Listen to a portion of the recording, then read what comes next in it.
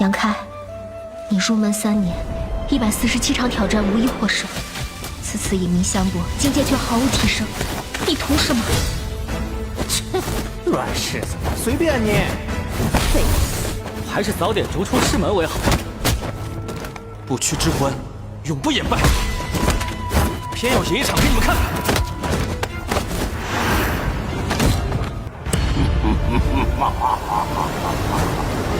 好一个不屈之魂！这躯壳我就先收下了。Hai, selamat datang kembali di channel Min Donghua. Kali ini kita akan melanjutkan cerita Donghua, Martial Peak. Nggak pakai lama lagi, langsung aja kita ke ceritanya. Check it out. Pada saat ini, di luar kapal perang, energi yang tak terbayangkan meletus dari bintang-bintang besar. Energi tersebut terlihat dengan mata telanjang dan sangat kaya. Lingkaran cahaya dan riak menyebar ke seluruh jurang yang kacau dengan bintang-bintang besar sebagai pusatnya. Medan yang dihasilkan oleh bintang-bintang ini meledak, menyebabkan serangkaian reaksi berantai yang kacau. Di tengah jurang yang kacau, sebuah lubang hitam besar yang sepertinya mampu menelan segalanya tiba-tiba muncul. Kapal perang Raja Suci tingkat tinggi yang ditumpangi semua orang sedang bergegas menuju lubang hitam ini. Lubang hitam itu seperti mulut binatang yang terbuka dan mencoba menelannya. Segera napas kematian mengalir ke arah mereka. Apakah mereka berada di alam transenden, alam suci, atau alam Raja Suci? Mereka semua menyadari ketidakberartian mereka saat ini. Di depan lubang hitam itu tidak ada yang bisa menjamin keselamatan mereka. Gui Chen berteriak keras, mencoba memerintahkan para prajurit bintang ungu untuk menstabilkan kapal perang, tetapi tidak berhasil. Ternyata inilah bahaya sebenarnya dari jurang kekacauan. Pada saat kritis, Sentu tiba-tiba berkata di samping Yangke. Pantas saja tidak ada yang mengetahuinya. Jika Anda benar-benar melihat bahaya seperti ini, Anda hanya dapat menunggu untuk mati. Menunggu kematian? Yang meliriknya dan mendengus. Saya tidak akan duduk diam dan menunggu kematian. Hei, saya juga tidak akan melakukannya. Hei, itu bukannya kapal perang dari Anansi Pedang. Sentu menuju keluar jendela dan berteriak. Yang melihat ke sana dan terdiam. Kapal perang bintang ungu ditarik oleh lubang hitam dan melaju ke sana dengan cepat. Tidak terkecuali kapal perang Aliansi Pedang. Kapal perang itu terus berputar dan terbang menuju sisi ini dengan postur yang lucu. Selama rotasi sepotong material yang hampir padat di luar kapal perang terus-menerus dikupas dan kemudian dituangkan ke dalam lubang hitam. Dan Yangke memperkirakan kapal perang yang ditumpangi berada dalam situasi yang sama. Kedua kapal perang tersebut awalnya mencoba melarikan diri ke arah yang berbeda, namun tidak satu pun yang berhasil dan semuanya tertembak. Jika momentum ini terus berlanjut, kedua kapal perang tersebut akan bertabrakan sebelum ditelan lubang hitam, dan bencana seperti ini sungguh sangat menghancurkan. Saudaraku, semoga beruntung. Saya harap Anda bisa lolos dari bencana ini, kata Sentu dengan sungguh-sungguh, lalu segera duduk bersila. Saat berikutnya arus listrik melonjak ke seluruh tubuhnya dan energi listrik melilitnya membungkusnya seperti kepompong ulat sutra. Dia dengan jelas merasakan ada sesuatu yang salah dan ingin menggunakan postur pertahanan terkuatnya untuk menahan kekuatan tabrakan, untuk mencari secercah harapan. Namun Yangke mengabaikannya dan bahkan menyerah pada Wusou, yang awalnya memegang tangannya. Saat ini orang-orang di Bintang Ungu tidak punya waktu untuk peduli. Semua orang dalam bahaya, situasinya kacau, dan tidak ada yang dapat mengganggunya sama sekali. Kemudian dia melihat dengan serius dan menatap dari dekat ke kapal perang Aliansi Pedang yang bertabrakan dari samping. Dan jaraknya semakin dekat. Dan saat kedua kapal perang itu hendak bertabrakan, energi suci di tubuh Yangke meledak pada saat ini. Kemudian harta rahasia daun perak tingkat suci dikorbankan terlebih dahulu dan diubah menjadi perisai untuk menutupi seluruh tubuhnya, membuatnya kedap udara. Pada saat yang sama, keterampilan Dewa Sembilan Surga dilepaskan. Perisai langit yang luas muncul satu demi satu, membungkus Yangke lapis demi lapis ke segala arah.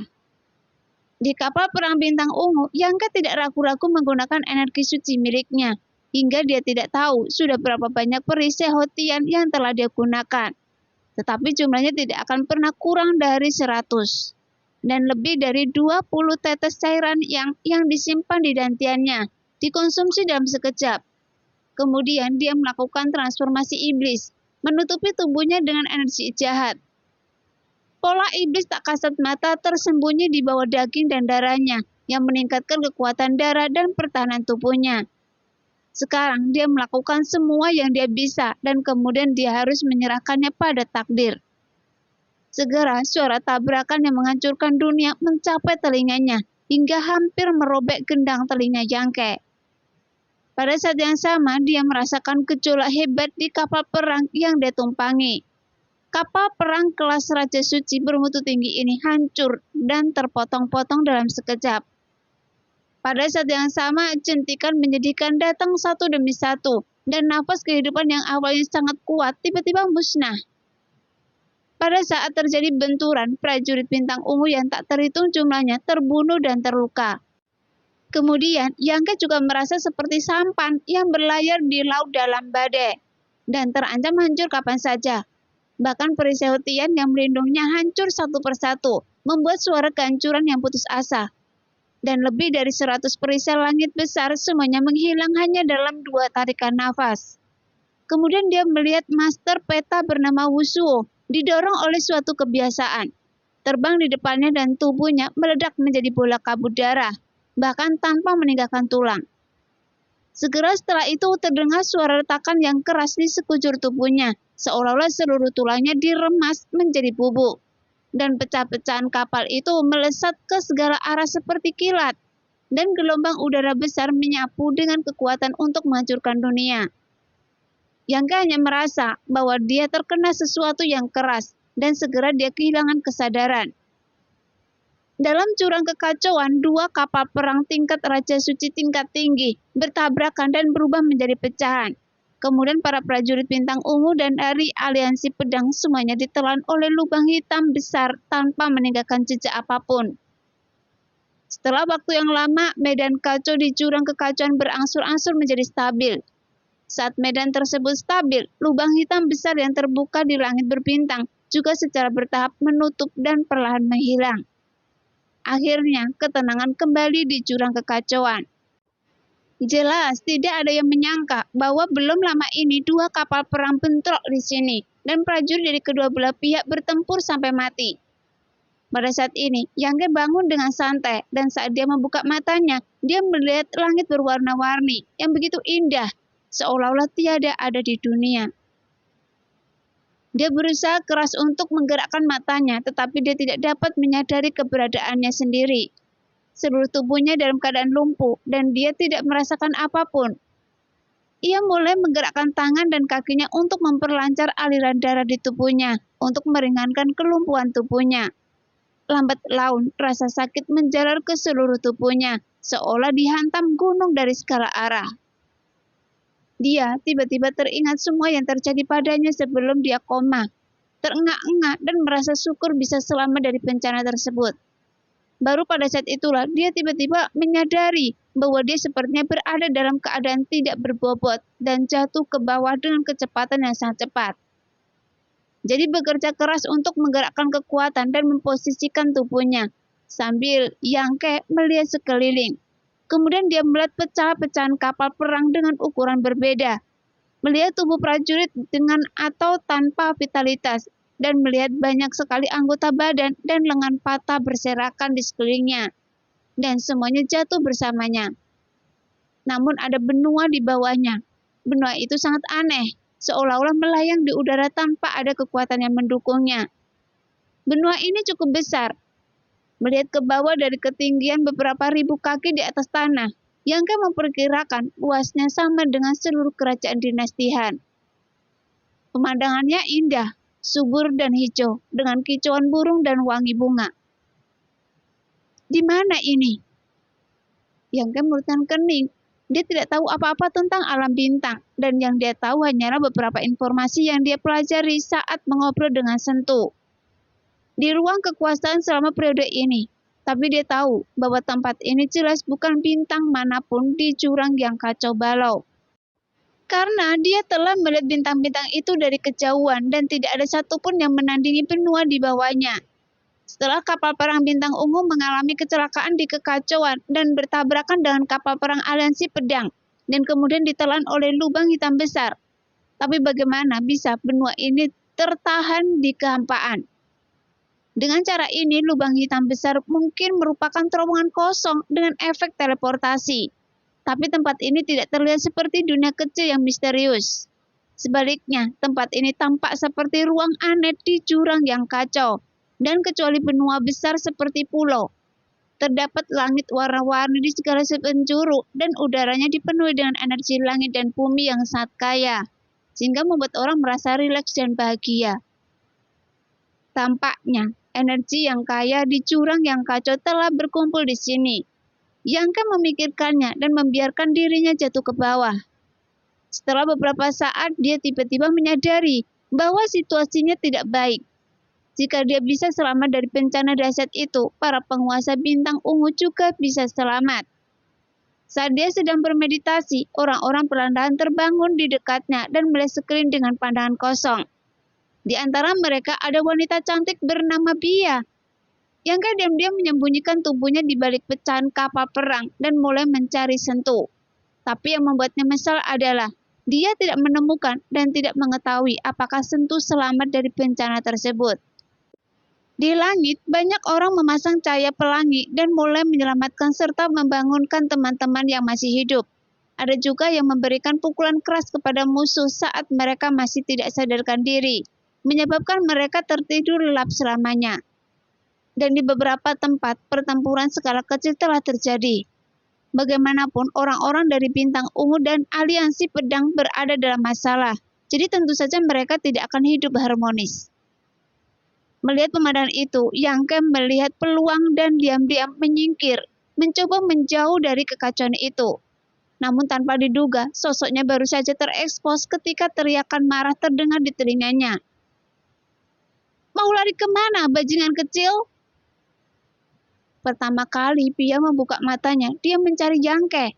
Karena Yangke, dia disalahkan oleh Gui Chen dan menderita serangan kesadaran spiritualnya yang hampir tidak meninggalkan luka tersembunyi. Jadi dia sangat membenci Yangke. Begitu Yangke bergerak, dia akan menyadarinya. Saat dia berbicara, Bia tiba-tiba melemparkan cabuk tulang naga dari tangannya. Cabuk tulang naga itu sekilas berkualitas luar biasa seperti naga biru yang keluar dari guanya. Sosok naga raksasa muncul samar-samar di tengah-tengah udara, dikelilingi oleh bilah angin yang tidak bisa dihancurkan. Di sebelah naga raksasa tiba-tiba ia bergerak menuju kepala Yangke. Namun Yangke tidak berniat untuk terlibat dengannya, jadi dia memukulnya dengan backhand. Dan cetakan telapak tangan besar itu menghadap cambuk tulang naga. Dan dengan cepat terbang ke bawah dengan kekuatan pantulan. "Hai!" Tiba-tiba dengusan dingin terdengar dari samping, dan Yangke tiba-tiba mengubah ekspresinya. Dia berbalik dan menemukan bahwa Master Alam Raja Suci bernama Gui Chen telah muncul di sampingnya. Dia menatap Yangke dengan acuh tak acuh, seperti melihat seekor semut. Lalu dia mengulurkan tangan dan meraih Yangke dengan lembut. Meskipun gerakannya tidak cepat, tetapi Yangke menemukan bahwa dia merasakan rasa frustasi yang tak tertahankan di depannya. Seolah-olah dia hanya membutuhkan pemikiran spiritual untuk menghancurkan pikirannya. Jadi Yangke merasa ngeri. Saat berikutnya, Gui Chen meraih tangan Yangke dan bertanya dengan dingin. "Di mana Tuan Wuso?"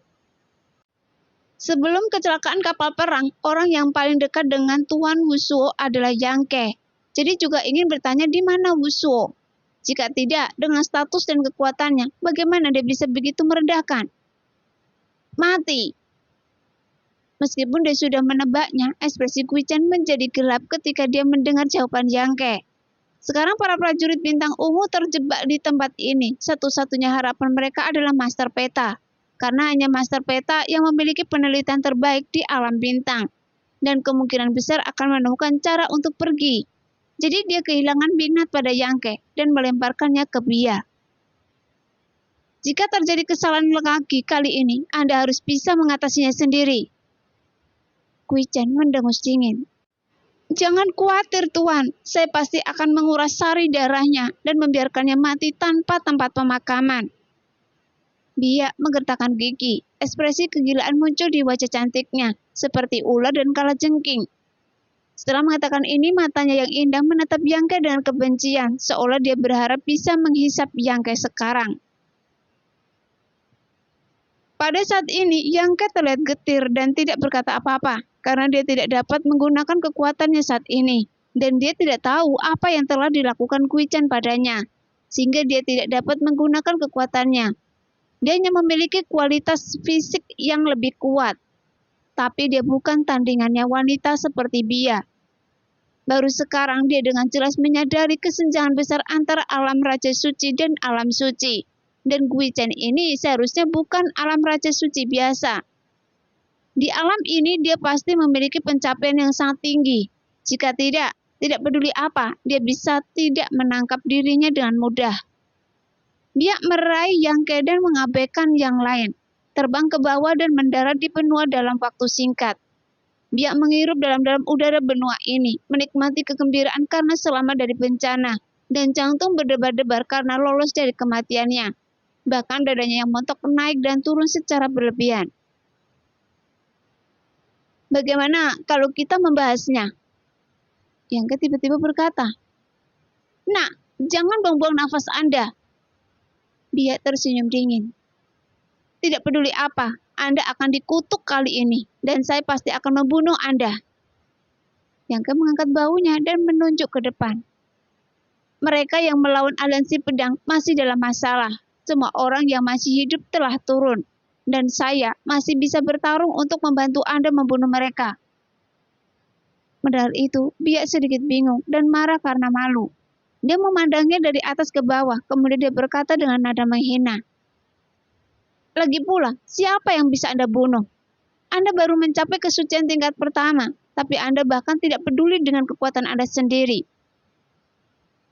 Saya telah membunuh Kemeng. Yang Ke berkata dengan tenang. Dia tidak bisa menahan diri untuk tidak mengerjutkan bibirnya dan menatapnya dengan kaget. Apakah Kemeng terlalu ceroboh? Dia jelas berpikir alasan mengapa Kemeng dibunuh oleh Yang Ke sepenuhnya karena kecerobohannya, bukan karena Yang Ke memiliki kemampuan yang luar biasa. Saya tidak akan pernah mempercayai Anda apapun yang terjadi. Saya belum pernah ditipu oleh laki-laki sebelumnya, dan Andalah yang pertama. Biak mencibir. Jadi, ketika situasinya sudah stabil, kakak akan menjaga Anda dengan baik dan tidak akan pernah membiarkan Anda lari. Biak berkata dengan gigi terkatup, seolah-olah dia sangat pendendam. Yang Ke menggelengkan kepalanya, berhenti berbicara omong kosong padanya, dan mulai memeriksa situasinya sendiri. Setelah beberapa penyelidikan, Yang Ke terkejut saat mengetahui bahwa dia tidak terluka serius, karena tulangnya menyatu dengan tubuh emas kebanggaan Dewa Iblis Besar. Jadi tubuhnya sangat kuat. Bahkan tidak ada kerusakan sama sekali dalam bencana tadi, kecuali organ dalamnya agak tergeser dan ada banyak memar dan bekas luka setelah benturan. Dan ini semuanya adalah luka ringan. Dengan kemampuan pemulihan Yang Ke saat ini, dia bahkan tidak perlu meminum obat ajaib apapun, dan dapat sembuh dalam waktu setengah hari.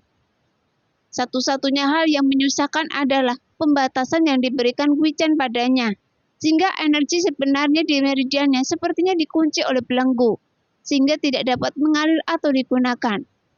Bagaimanapun kekuatan Yang Ke terlalu rendah dan tidak layak mendapat perawatan serius. Jadi ini memberi Yang Ke secercah harapan.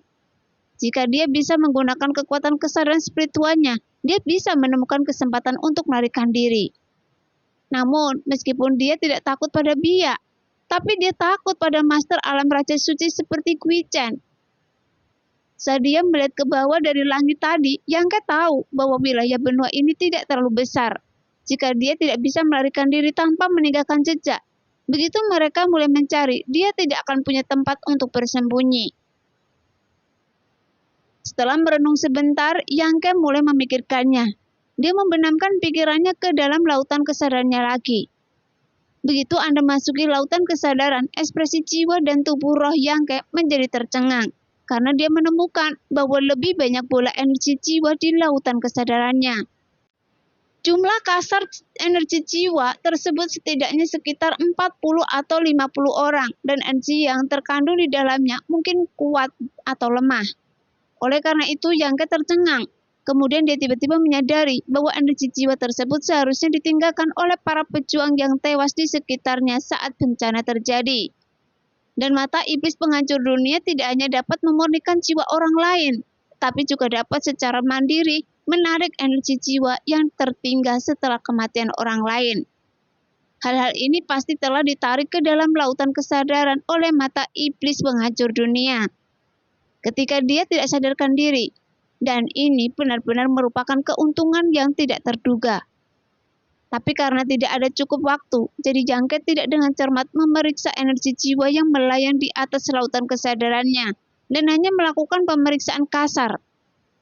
Kebanyakan dari mereka adalah jiwa kuat juang yang telah masuk ke alam suci, dan di antara mereka, Yangke benar-benar menemukan bola energi jiwa milik alam raja suci yang kuat, sehingga dia tidak bisa tidak berubah warna. Bahkan penguasa alam raja suci pun tidak dapat selamat dari bencana itu, yang menunjukkan betapa kuatnya kekuatan penghancur ketika kedua kapal perang itu bertabrakan dan ditelan oleh lubang hitam. Dan setiap orang yang masih hidup saat ini harus merasa beruntung, karena mereka tidak seperti orang kuat di alam raja suci ini. Untuk mencegah Biak curiga setelah meriksanya, Yangke melarikan diri dari lautan kesadaran, dan energi jiwa hanya bisa menunggu sampai nanti untuk menemukan kesempatan untuk menyerapnya. Dan Yangke menantikan peningkatan yang dapat diperoleh dari jiwa prajurit alam raja suci, dan menyerap seni bela diri surgawinya. Ketika dia membuka matanya lagi, dia menemukan bahwa seperti yang dia duga, pertempuran telah terjadi di segala arah. Para prajurit dari Bintang Ungu dan para prajurit dari aliansi pedang terjerat bersama dalam kelompok-kelompok kecil. Sebelum mereka dapat pulih dari bencana, mereka melampiaskan kemarahan mereka satu sama lain dan bertarung sampai mati. Gui Chen sebenarnya terjerat dengan seorang wanita cantik yang bermartabat dan dewasa. Wanita cantik itu memiliki aura yang mewah dan anggun, namun kekuatannya ternyata sangat tinggi, bahkan tidak kalah dengan Gui Chen. Seberkas cahaya pelangi yang sangat kuat melesat ke arah Gui Chen. Cahaya pelangi itu tidak menentu, panjang dan pendek. Itu jelas merupakan pedang bermutu tinggi dan harta rahasia. Gui Chen tidak berani gegabah menghadapi wanita cantik ini. Dia mengenakan baju besi emas dan memegang tombak pendek di tangannya. Tombak pendek itu memancarkan fluktuasi energi yang sangat kuat, sekuat jenderal yang kuat. Cahaya keemasan terbang semuanya di atas langit, dan pedang panjang itu bergetar. Kemudian kedua belah pihak bertempur di udara, dan itu sangat meriah. Semua prajurit dari Bintang Ungu dan aliansi pedang menjauh dari medan perang di antara mereka berdua, karena takut terpengaruh. Mata Yangke berkeliaran di sekitar medan perang, mencoba mencari beberapa peluang sambil melihat ke kiri dan ke kanan. Kemudian dia berkata kepada Biak, "Ini benar-benar mulai bertarung. Tidakkah Anda perlu membantu?" Mendengar itu, Biak terkikik. "Anda ingin mencari kesempatan untuk melarikan diri?" "Kekuatan saya telah disegel, jadi bagaimana saya bisa melarikan diri?" "Jangan khawatir, Anda bisa langsung bertarung. Dan saya akan menunggu Anda di sini. Untuk wanita seperti Anda, saya juga ingin merasakan bagaimana rasanya." "Benarkah?" Wajah Biak tiba-tiba bersinar, menjadi lebih cantik. Bibir merahnya menggeliat dan dadanya yang seperti gunung bergetar, menciptakan lingkaran yang membuat orang terobsesi. Bahwa ada elastisitas luar biasa di dalamnya. Namun senyumnya memudar dan dia menatap Yangke dengan dingin. "Jangan sia-siakan usaha Anda, karena saya tidak bisa memberi Anda kesempatan. Saya lebih suka menonton pertempuran di sini daripada membiarkan Anda memiliki kemungkinan untuk melarikan diri." "Mengapa repot-repot?" Yangke pelan menggelengkan kepalanya, merasa tidak berdaya. Biak memutuskan untuk tidak melonggarkan pengawasannya terhadapnya, tapi dia tidak punya pilihan. Pada saat ini, dua sosok putih cantik tiba-tiba terbang lewat di depan mereka. Mereka sepertinya sedang mengejar prajurit bintang ungu bersama-sama. Ketika mereka melewati Yangke dan Bia, erangan lembut keluar. Segera keduanya berhenti secara bersamaan dan memandang Yangke dan heran. Bahkan wanita yang lebih dewasa menunjukkan ekspresi terkejut. "Mengapa Anda di sini?"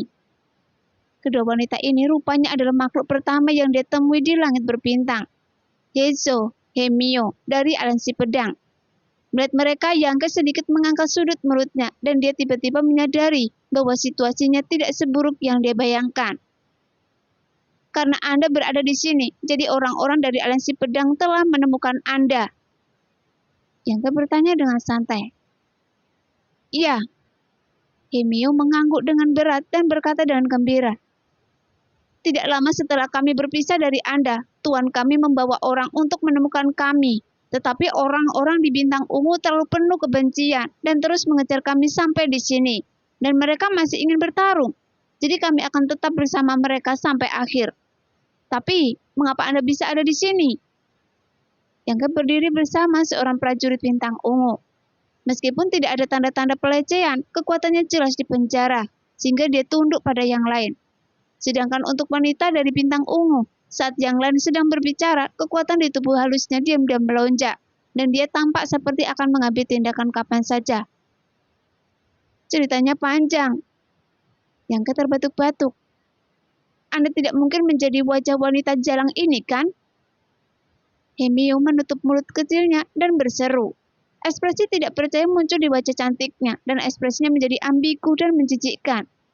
Yangke tertegun, dia tidak menyangka Hemio benar-benar mengenali Bia, dan kemudian dia menyadari bahwa pernyataan Sentu sebelumnya, bahwa semua orang tahu tentang kecantikan Bia tidaklah berlebihan.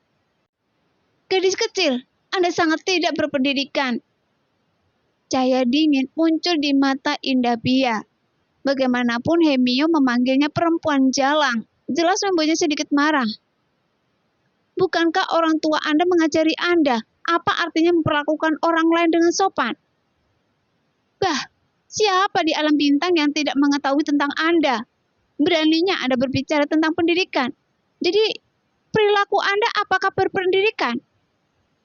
Hemio bersenandung dan mengayunkan pedang panjang yang bersinar di tangannya, mengeluarkan sekuntum bunga sambil berteriak, "Jianhua, dengan manis." "Kakak, jangan bicara omong kosong padanya. Ayo pergi."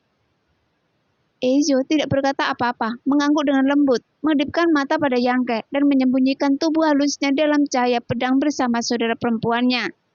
Sebelum ada yang datang, energi pedang dingin menyapu seperti angin musim dingin, dan bumi tiba-tiba retak. Dengan bekas pedang muncul satu demi satu. Biak menjerit, mencabut cambuk tulang naga, dan bayangan naga hitam muncul, membuka mulutnya lebar-lebar untuk menyambut kedua saudara perempuan itu. Bila angin itu seperti sabit yang memanen kehidupan, ingin memotong leher merah muda Hesio dan Hemio, sehingga ketiga sosok itu langsung terjerat. Memanfaatkan kesempatan ini, Yangke dengan cepat melarikan diri. Dia hanya berada pada tingkat kesucian tingkat ketiga, dan Hesio juga berada pada tingkat ini. Meskipun Hemio sedikit lebih rendah, dia telah mencapai tingkat kesucian tingkat kedua. Jadi dia dapat membantu. Oleh karena itu, dia sama sekali tidak mengkhawatirkan keselamatan Heizo dan Hemio. Dan hal terpenting yang perlu dipertimbangkan, Yangke sekarang adalah keluar secepat mungkin. Segera, Yangke berlari dengan sangat cepat. Meskipun energi suci tidak dapat digunakan, tapi dengan kekuatan tubuh fisiknya, hanya dalam beberapa nafas, dia melarikan diri dari medan perang yang kacau dan menemukan posisi tersembunyi untuk mencoba memobilisasi energi suci di tubuhnya. Bagaimanapun, dia harus menghilangkan batasan yang ditanam Gwican pada dirinya sendiri. Sekarang, pertarungan antara Bintang Ungu dan para pejuang aliansi pedang telah berlangsung. Kedua belah pihak memiliki kebencian yang tak terlupakan satu sama lain, dan tidak ada yang mau menunjukkan kelemahan. Para prajurit terus-menerus dibunuh, dan tubuh mereka dibiarkan tergeletak di tempat. Yangke memperhatikan dengan mata dingin dan tidak ikut campur, tapi untungnya tidak ada yang datang mengganggunya. Tiba-tiba dia melihat ke satu arah dengan ekspresi aneh di wajahnya, Di sana ada seorang lelaki tua berambut abu-abu mengenakan gaun hijau sedang mencari sesuatu. Tapi dia acuh tak acuh terhadap segala sesuatu di sekitarnya, hanya mencari di sekitar tempat jatuhnya pecahan kapal perang. Dari waktu ke waktu dia akan mengambil pecahan kapal perang dari tanah, mengetuknya dengan tangannya dan mengangguk puas. Kemudian barang-barang itu dimasukkan ke dalam cincin ruang olehnya. Bahkan dalam waktu singkat, dia mengumpulkan puluhan pecahan kapal perang tersebut dengan ukuran yang berbeda-beda. Namun kualitasnya sangat bagus. Untuk dapat bertahan dari bencana itu, bahan-bahan ini setidaknya dipadamkan dari biji tingkat Raja Suci yang bermutu tinggi. Saat dia memungut pecahan kapal perang, dia terkadang bergumam pada dirinya sendiri dan tertawa beberapa kali, terlihat sangat puas. Saat ada orang aneh yang berjalan melalui medan perang dan kacau, tentu saja menarik perhatian banyak orang. Tapi Yangke terkejut saat mengetahui bahwa prajurit dari Bintang Ungu dan Aliansi Pedang ingin menimbulkan masalah baginya. Tidak peduli siapa yang berada dalam jarak 10 kaki darinya, dia akan didorong oleh kekuatan tak terlihat. Para prajurit yang datang mengganggunya segera menyadari bahwa lelaki tua ini tidak mudah untuk diganggu. Dan mereka mundur satu demi satu. Tidak lagi berani untuk tidak mendekat padanya lagi. Jadi dia hidup damai dan terus mengumpulkan pecahan kapal perang. Segera tingkah aneh lelaki tua itu akhirnya menarik perhatian lelaki yang benar-benar berkuasa itu. Gui Chen yang bertarung sengit di langit dan wanita cantik dari Aliansi Pedang mundur secara bersamaan. Menjaga jarak, saling memandang, tetapi memperhatikan lelaki tua di bawah. Bagaimanapun, pria tua aneh itu memberi Gui Chen dan wanita cantik dari Aliansi Pedang perasaan yang tidak biasa, yang membuat mereka sangat prihatin. Jadi meskipun mereka berhenti, mereka tetap memperhatikan pria tua itu dalam diam. Yueshi, Anda dan saya adalah kenalan lama. Kita berdua tahu bahwa tidak ada seorang pun yang bisa melakukan apapun terhadap satu sama lain. Bagaimana kalau mengakhiri pertempuran ini hari ini? Menurut saya, baik orang-orang Anda maupun orang-orang saya perlu pulih. Gui Chen berteriak keras, sambil melihat wanita cantik dari Aliansi Pedang. Wanita cantik bernama Yueshi merenung sejenak dan mengangguk dengan lembut. Oke, saya tahu Anda mudah diajak bicara. Gui Chen tertawa keras dan memimpin dalam menyingkirkan baju besi emasnya dan kemudian tombak pendeknya, mengerutkan kening dan berkata, Yueshi, saya punya pertanyaan yang tidak ingin saya ungkapkan. Jika Anda memiliki sesuatu untuk dikatakan, katakan saja. Dan jika Anda memiliki sesuatu untuk dikatakan, biarkan saja. Ekspresi dingin muncul di wajah cantik Yueshi, dan kata-katanya juga cukup kasar. Gui Chen mengerutkan bibirnya dan tidak peduli. Dia mengulurkan jarinya dan menunjuk ke bawah dan berkata, apakah orang tua ini dari Aliansi Pedang Anda? Kenapa saya belum pernah melihatnya sebelumnya? Ekspresi Yueshi berubah, kemudian dia bertanya dengan curiga. Dia bukankah salah satu dari Anda? Gui Chen tampak terkejut dan menggelengkan kepalanya perlahan. Kemudian keduanya saling memandang, mata mereka tiba-tiba menjadi cerah, dan mereka berteriak secara bersamaan. Sebenarnya ada orang di sini. Setelah mengatakan ini, keduanya berubah menjadi cahaya pelangi dan bergegas menuju lelaki tua yang sedang memetik potongan-potongan kapal perang di bawah. Baik Gui Chen maupun Yueshi tidak mengetahui tempat seperti apa ini dan bahaya apa yang ada di sini. Tetapi pada saat ini, di bawah hidung mereka berdua, seorang penduduk asli tiba-tiba muncul. Tentu saja mereka ingin menyerang terlebih dahulu, menangkap orang tua itu dan mencari tahu informasi di sini sebelum pihak lain. Di tempat yang tidak diketahui. Jika mereka memiliki cukup informasi, mereka mungkin bisa mendapatkan keuntungan absolut. Karena mereka mengetahuinya lebih baik dari siapapun. Jadi tanpa mengucapkan sepatah kata pun, mereka bertindak secara bersamaan. Segera, dua aura orang kuat alam Raja Suci tiba-tiba menyebar. Mereka jauh lebih kuat daripada saat mereka bertarung tadi, dan keduanya menunjukkan aura bahwa mereka bertekad untuk menang. Gui Chen dan Yueshi sudah saling kenal selama bertahun-tahun. Mereka saling mengenal dengan baik dan memiliki kekuatan yang sama. Sekarang mereka bergegas ke depan lelaki tua itu hampir bersamaan. Salah satu dari mereka meraih salah satu lengan lelaki tua itu dan melihat satu sama lain. Bahkan tak satu pun dari mereka mau menyerah. Orang tua itu baru saja mengambil pecahan kapal perang dan sebelum dia bisa masukkannya ke dalam cincin ruangannya, dia tiba-tiba mengalami bencana. Dia tampak ketakutan dan tubuhnya membeku di tempatnya, tidak bisa bergerak. Kemudian ekspresinya menjadi aneh dan ekspresi ketertarikan muncul di wajahnya.